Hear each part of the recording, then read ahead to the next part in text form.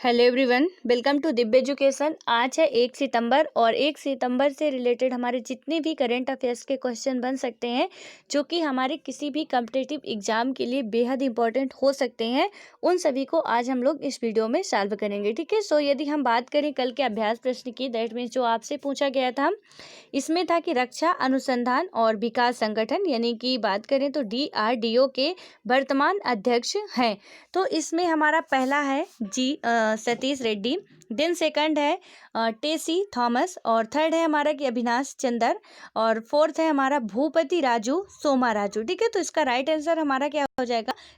सतीश रेड्डी। उसके बाद बात करते हैं व्याख्या की। तो इसमें बताया जा रहा है कि रक्षा अनुसंधान और विकास संगठन यानी कि DRDO के वर्तमान अध्यक्ष सतीश रेड्डी के कार्यकाल को 2 वर्ष का विस्तार दिया गया है। कैबिनेट की नियुक्ति समिति ने DRDO अध्यक्ष के रूप में रेड्डी के कार्यकाल के विस्तार को 24 अगस्त को मंजूरी दी है। ठीक है। उसके बाद बात करें हम अगले क्वेश्चन की, जो कि आज का हमारा पहला क्वेश्चन है, और इसमें बात की जा रही है कि किस राज्य सरकार ने हाल ही में पूर्व मंत्री चेतन चौहान के नाम पर रोड का नाम रखने की घोषणा की है। सो पहला है उत्तर प्रदेश, दूसरा है बिहार, तीसरा है पंजाब और चौथा है राजस्थान। सो इसका राइट आंसर हमारा क्या हो जाएगा? यूपी। उसके बाद बात करें व्याख्या की, तो यहाँ पे क्या बताया जा रहा है कि उत्तर प्रदेश सरकार ने हाल ही में पूर्व मंत्री चेतन चौहान के नाम पर रोड का नाम रखने की घोषणा की है। चेतन चौहान भारत के ओपनर बल्लेबाज रहे थे। ठीक है। चेतन चौहान ने टीम इंडिया के लिए 1969 से 1978 के बीच 40 टेस्ट खेले थे। इनमें उन्होंने 31.54 की औसत से 2084 रन बनाए। उनका बेस्ट स्कोर 97 रहा है। चेतन चौहान का जन्म 21 जुलाई 1947 को हुआ था। उन्होंने भारतीय जनता पार्टी यानी कि भाजपा के टिकट से साल 1991 में अमरोहा में चुनाव लड़े और वे वहां से सांसद चुने गए थे। ठीक है। हालांकि चेतन चौहान जी थे वो पहले कौन थे? क्रिकेटर थे। देन उसके बाद वो अपने इसमें राजनीति में उतरते हैं। ठीक है। और किस पार्टी से थे? बीजेपी से थे। और कहाँ पे पहले सांसद बने थे? अमरोहा से बनाए गए थे। ठीक है। यहाँ पे आप लोगों के लिए क्वेश्चन है कि हाल ही में उत्तर प्रदेश के CM और गवर्नर कौन है? और आपको उत्तर प्रदेश की राजधानी तो पता ही होगी, लखनऊ होती है। उसके बाद हम बात करते हैं अगले क्वेश्चन की। यहाँ पे हमारा अगला क्वेश्चन है कि हॉलीवुड के निम्न में से किस प्रसिद्ध अभिनेता का 43 वर्ष की उम्र में कैंसर के कारण निधन हो गया? तो इसमें पहला है हमारा रॉबर्ट डी नीरो, दूसरा है हमारा क्रिस हेम्सवर्थ, और तीसरा है हमारा चैडविक बोसमैन, और चौथा है हमारा एंड्रयू जैक। तो इसका राइट आंसर हमारा क्या हो जाएगा? इसका राइट आंसर हमारा हो जाएगा चैडविक बोसमैन। देन उसके बाद व्याख्या में बताया जा रहा है कि हॉलीवुड की सुपरहिट फिल्म ब्लैक पैंथर के अभिनेता चैडविक बोसमैन का हाल ही में निधन हो गया है। वे 43 वर्ष के थे। अभिनेता कैंसर से ग्रसित थे और लंबे समय से उनका इलाज चल रहा था। चैडविक बोसमैन ने मार्वल की super hero movie black panther में किंग चाला और लीड कैरेक्टर ब्लैक पैंथर का किरदार निभाया था।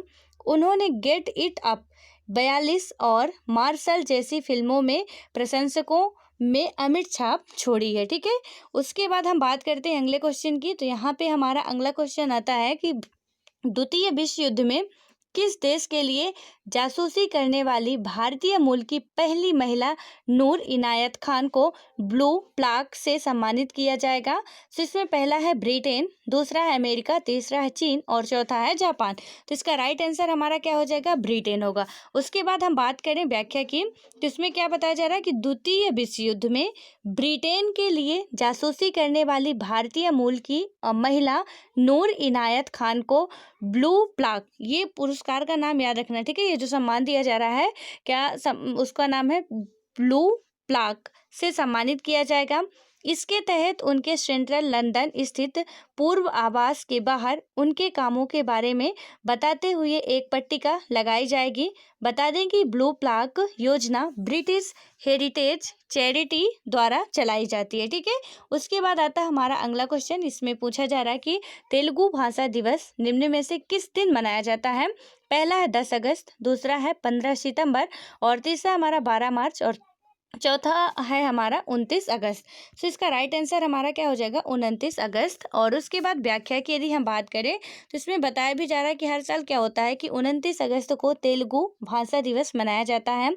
और यहाँ पे बता दें कि भारत के आंध्र प्रदेश और तेलंगाना राज्यों की मुख्य भाषा और राज्य भाषा जो है वो तेलुगु ही है। ठीक है, ये द्रविड़ भाषा परिवार के अंतर्गत आती है।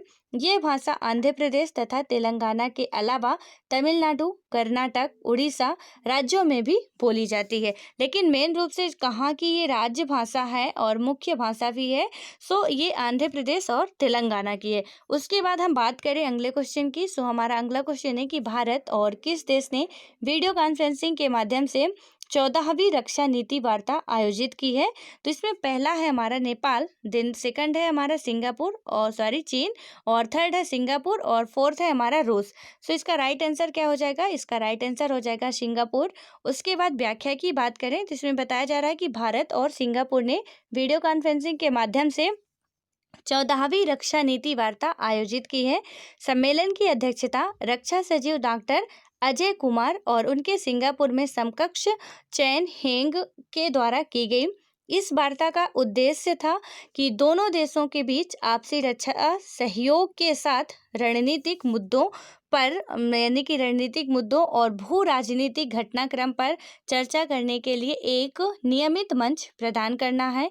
इस बैठक में आतंकवाद का मुकाबला करने और एक दूसरे की नौसेना को सुविधा और रसद सहायता प्रदान करने पर भी चर्चा हुई है। उसके बाद आता है हमारा अगला क्वेश्चन। सो हमारा यहाँ पे अगला क्वेश्चन है कि किस राज्य में संयुक्त राष्ट्र के सतत विकास यानी कि सस्टेनेबल डेवलपमेंट लक्ष्यों के संदर्भ में पहला अंतर्राष्ट्रीय महिला व्यापार केंद्र स्थापित किया जाएगा। तो पहला यहाँ पे हमारा है पंजाब, दूसरा है केरल और तीसरा है तमिलनाडु और चौथा है दिल्ली। सो इसका राइट आंसर हमारा क्या हो जाएगा, केरल। उसके बाद बात करें यहाँ पे व्याख्या की, इसमें क्या बताया जा रहा है कि केरल में संयुक्त राष्ट्र के सतत विकास यानी सस्टेनेबल डेवलपमेंट लक्ष्यों के संदर्भ में पहला इंटरनेशनल वुमेन, ठीक है, यानी कि बात करें तो अंतर्राष्ट्रीय महिला व्यापार केंद्र स्थापित किया जाएगा। यह भारत में अपनी तरह का पहला केंद्र होगा। यह केंद्र महिला उद्यमिता को गति देगा। यह एक व्यवसाय शुरू करने, विस्तार करने और वैश्विक स्तर पर अपने उत्पादों को मार्केट करने के लिए घर से दूर एक सुरक्षित स्थान प्रदान करेगा। महिला व्यापार केंद्र महिला उद्यमियों को अंतर्राष्ट्रीय व्यापार में भाग लेने, प्रतिस्पर्धा बढ़ाने और अधिक आर्थिक लाभ प्राप्त करने में सक्षम करेगा। ठीक है, और यहाँ पे केरल जो स्टेट आया हमारा, आपको पता होना चाहिए कि भारत के जितने भी स्टेट है वहाँ हर एक जगह पे पितृत्मक सत्ता चलती है। ठीक है, लेकिन केरल ही एक ऐसा राज्य है जहाँ पे मातृत्मक सत्ता चलती है। यहाँ पे ऐसा नहीं है कि पिता ही पहले हेड माने जाएंगे। केरल में कुछ उल्टा है। ठीक है, और वहाँ का एजुकेशन लेवल, वहाँ की यदि हम बात करें तो स्वास्थ्य सुविधाएं काफ़ी बेटर है। जितने भी ये राज्य हैं हमारे, उन सभी राज्यों के कंपेयर में केरल में जितनी भी व्यवस्थाएं हैं एकदम बहुत बेटर तरीके से है। और महिला और पुरुष दोनों, यदि एक ऑटो रिक्शा पुरुष चलाते हैं तो ऑटो रिक्शा वहाँ की महिलाएं भी चलाती हैं। ठीक है, यानी दोनों में कोई ज़्यादा भेदभाव केरल में नहीं है। उसके बाद अब आते हैं हम अगले क्वेश्चन की। तो यहाँ पे हमारा अगला क्वेश्चन है कि निम्न में से किस देश ने रूस के अगले महीने होने जा रहे साझा सैन्य अभ्यास कवकाज 2020 से खुद को अलग कर लिया है। सो पहला है भारत, दूसरा है नेपाल, तीसरा है जापान, चौथा है पाकिस्तान। तो इसका राइट आंसर हमारा क्या हो जाएगा, इंडिया। उसके बाद आता है व्याख्या में, यदि हम बात करते हैं तो इसमें बताया जा रहा है कि भारत ने क्या किया है कि रूस से मतलब रूस में अगले महीने, अभी हो नहीं रहा, ठीक है, अगले महीने में जो होने जा रहा है साझा सैन्य अभ्यास कवकाज 2020 से खुद को अलग कर लिया है। 15 से 26 सितंबर तक चलने वाले इस सैन्य अभ्यास में चीन और पाकिस्तान को भी शामिल होना है। रूस ने इस बहुपक्षीय सैन्य अभ्यास में अपनी तीनों सेनाओं की टुकड़ी के साथ हिस्सा लेने के लिए भारत को आमंत्रित किया था। इसमें संघाई तीनों सेनाओं का मतलब पहले आप यहाँ पे समझ लीजिए, जल, थल और नभ। ठीक है, तीनों सेनाएं भारत की जो हैं तो वो कौन कौन सी? जल हो गई, जल सेना, थल सेना और नभ सेना, यानी कि बात करें तो वायुसेना। इन तीनों को ही आमंत्रित किया था, लेकिन इन्होंने क्या किया है कि अपने आप को इससे अलग कर लिया है। इसमें क्या हुआ कि संघाई कोऑपरेशन ऑर्गेनाइजेशन यानी कि बात करें हम तो SCO के अध्यक्ष सदस्य देश एवं मध्य एशियाई देश हिस्सा लेंगे। SCO के सदस्य देशों में चीन, भारत, कजाकिस्तान, किर्गिस्तान, रूस, पाकिस्तान और तजाकिस्तान और उज्बेकिस्तान शामिल है। ठीक है, उसके बाद आता है हमारा अगला क्वेश्चन। तो ये हमारा अगला क्वेश्चन है कि वेस्ट इंडीज के किस ऑलराउंडर ने T20 क्रिकेट में 500 विकेट लेने वाले दुनिया के पहले गेंदबाज बन गए हैं? तो पहला हमारा रहकीम कार्नवाल, और दूसरा है हमारा ड्वेन ब्रोवो, और तीसरा है हमारा कार्लोस ब्रेथवेट, और चौथा हमारा डेरेन सेमी। सो इसका राइट आंसर हमारा क्या हो जाएगा? Dwayne Bravo. उसके बाद बात करें हम यहाँ पे व्याख्या की, तो इसमें क्या बताया जा रहा है कि कैरेबियाई allrounder Dwayne Bravo T20 cricket में 500 विकेट लेने वाले दुनिया के पहले गेंदबाज बन गए हैं।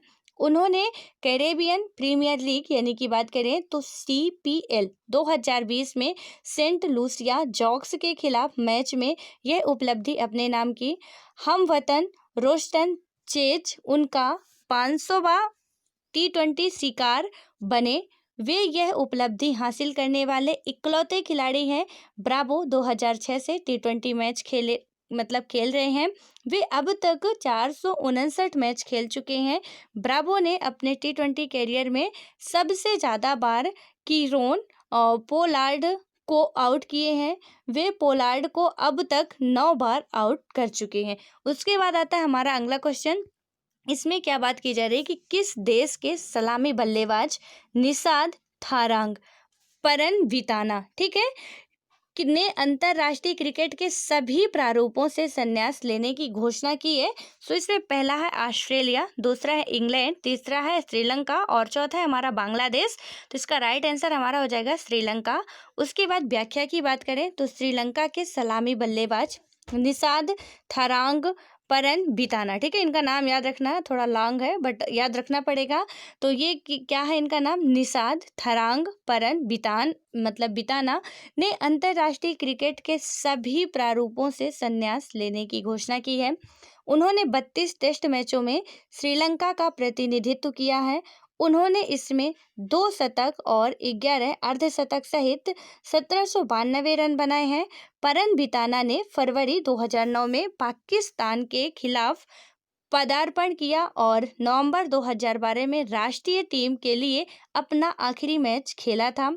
वे प्रथम श्रेणी क्रिकेट में 12,522 रन के साथ श्रीलंका के सबसे ज़्यादा रन बनाने वाले खिलाड़ी हैं। ठीक है, तो यहाँ पे ये तो संन्यास ले रहे हैं इसलिए इनका नाम जरूरी है। और उसके बाद यदि श्रीलंका का कोई ऐसा खिलाड़ी है जो सबसे ज़्यादा रन लेने वाले हैं, ठीक है, विकेट लेने वाले नहीं, यहाँ पे रन लेने वालों की बात की जा रही है, तो वो कौन हो जाएंगे? परनविताना जी ही हैं। और कहाँ के हैं? श्रीलंका के हैं। और कितने रन अभी तक ले चुके हैं? तो 12-22 रन, और ये श्रीलंका के खिलाड़ी हैं। ठीक है, उसके बाद आता है हमारा अगला क्वेश्चन, यानी कि आज का लास्ट क्वेश्चन है कि राष्ट्रीय खेल दिवस निम्न में से किस दिन मनाया जाता है? इसमें पहला हमारा 29 अगस्त, दूसरा है 15 मार्च और तीसरा 10 जनवरी और चौथा है हमारा 12 जून। तो इसका राइट आंसर हमारा क्या हो जाएगा? 29 अगस्त। उसके बाद व्याख्या की यदि हम बात करते हैं तो इसमें क्या बताया जा रहा है कि हर साल क्या होता है कि 29 अगस्त को भारत में राष्ट्रीय खेल दिवस के रूप में मनाया जाता है। भारत के हॉकी टीम के स्टार रहे मेजर ध्यानचंद की जयंती पर 29 अगस्त 2012 को पहला राष्ट्रीय खेल दिवस मनाया गया था।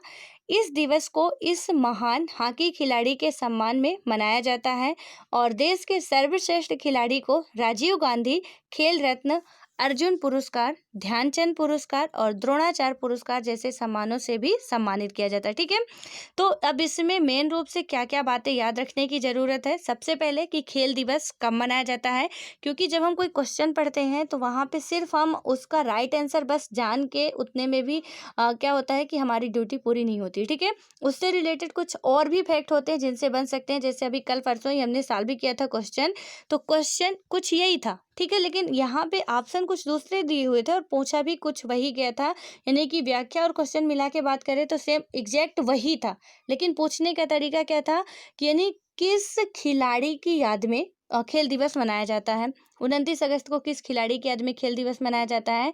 तो वहाँ पे कई सारे ऑप्शन थे, जिनमें से एक मेजर ध्यानचंद जी का भी नाम था।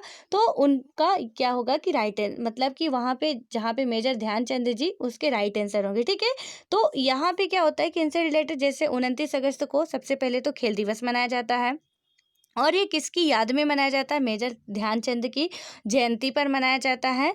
और उसके बाद बात करें तो यहाँ पे बहुत इंपॉर्टेंट बात लिखी हुई है, और वो क्या है कि जो खिलाड़ियों को मतलब कि महान खिलाड़ी जितने भी होते हैं, जो चाहे जिस फील्ड से हो, ऐसा नहीं कि हॉकी से ही हो। हालांकि मेजर ध्यानचंद जी, ये भी याद रखना कि वो किस खेल से संबंधित थे, तो हॉकी से थे। लेकिन कई सारे जो भी अदर खेल भी होते हैं, तो मेन रूप से खिलाड़ियों को कौन कौन से सर्वश्रेष्ठ अपने देश में पुरस्कार दिए जाते हैं, तो ये बात आप नोट कर लो। ठीक है, बहुत इंपॉर्टेंट ये क्वेश्चन है। अभी हमने पढ़ा भी कि राजीव गांधी पुरस्कार और द्रोणाचार्य पुरस्कार, ये दोनों ही अभी हाल फिलहाल में दिए जा रहे हैं। तो द्रोणाचार्य पुरस्कार कोच के लिए दिए जाते हैं। ठीक है, और राजीव गांधी पुरस्कार हो गया हमारा खेल रत्न हो गया, और अर्जुन पुरस्कार हो गया, ध्यानचंद पुरस्कार हो गया, और द्रोणाचार्य पुरस्कार हो गया। ये सभी पुरस्कार क्या दिए जाते हैं, खिलाड़ियों को दिए जाते हैं। और मेन रूप से भारत में सिर्फ इतने ही पुरस्कार हैं जो कि खिलाड़ियों को दिए जाते हैं। ठीक है, एक बार और फिर बोल रही हूँ, आप इसको नोट कर लीजिए कौन कौन से। राजीव गांधी खेल रत्न, दूसरा है अर्जुन पुरस्कार, तीसरा है ध्यानचंद पुरस्कार, चौथा है द्रोणाचार्य पुरस्कार। ठीक है, ये 4 मेन रूप से पुरस्कार हैं जो कि भारतीय खिलाड़ियों को दिए जाते हैं। उसके बाद बात करें, हाँ यहाँ पे ये है कि ये पुरस्कार सिर्फ खिलाड़ियों के लिए है। ठीक है, और किसी के लिए नहीं कि आप समाज में कुछ अच्छा काम कर रहे हो, कुछ वट एवर जो भी कर रहे हो अदर काम, उसके लिए नहीं, सिर्फ खिलाड़ी के लिए। अब खेल आप किसी भी फील्ड में खेल सकते हो, चाहे आप फुटबॉलर हो, चाहे एथलीट हो, चाहे आप बैडमिंटन के खिलाड़ी हो, किसी भी फील्ड से हो सकते हो। ठीक है, लेकिन सिर्फ खिलाड़ियों के लिए है। उसके बाद आता है हमारा अगला क्वेश्चन, जो कि आज का हमारा अभ्यास प्रश्न है। राजीव गांधी खेल रत्न पुरस्कार प्राप्तकर्ता को प्रदान की जाती है। ठीक है, तो जो राजीव गांधी खेल पुरस्कार अभी मैंने कल ही आपको सॉल्व कराया था, वहाँ पे क्या कौन सा द्रोणाचार्य पुरस्कार में मैंने बताया था कि 5 लाख रुपए दिए जाते हैं और एक प्रशस्ति पत्र दिया जाता है। तो इसमें आपको बताना है अब कि राजीव गांधी खेल पुरस्कार में जो खेल पुरस्कार प्राप्त करते हैं उनको कितनी राशि दी जाती है। ठीक है, तो यहाँ पे पहला हमारा 10 लाख, दूसरा 15 लाख, तीसरा 20 लाख और चौथा है हमारा 25 लाख। सो इसका राइट आंसर आप लोगों को बताना है कि जब राजीव गांधी पुरस्कार दिया जाता है तो उसमें क्या क्या दिया जाता है। यदि आप पूरा डिटेल बता देते हो तो और बेहतर होगा कि वहाँ पे मतलब पैसा दिया जाता है कुछ और भी उसके साथ क्या कुछ दिया जाता है, तो वो भी बता दोगे तो अच्छा होगा। अदरवाइज आप आंसर ही बता दीजिएगा कि मतलब कितनी राशि दी जाती है। एक राजीव गांधी जिसको भी पुरस्कार दिया जाता है उसको कितनी राशि दी जाती है। ठीक है, और आई होप कि आप सभी लोग जो भी कंटिन्यू देख रहे हैं आंसर देने की जरूर कोशिश करेंगे। सो मिलते हैं नेक्स्ट वीडियो में, तब तक के लिए bye bye, all the best.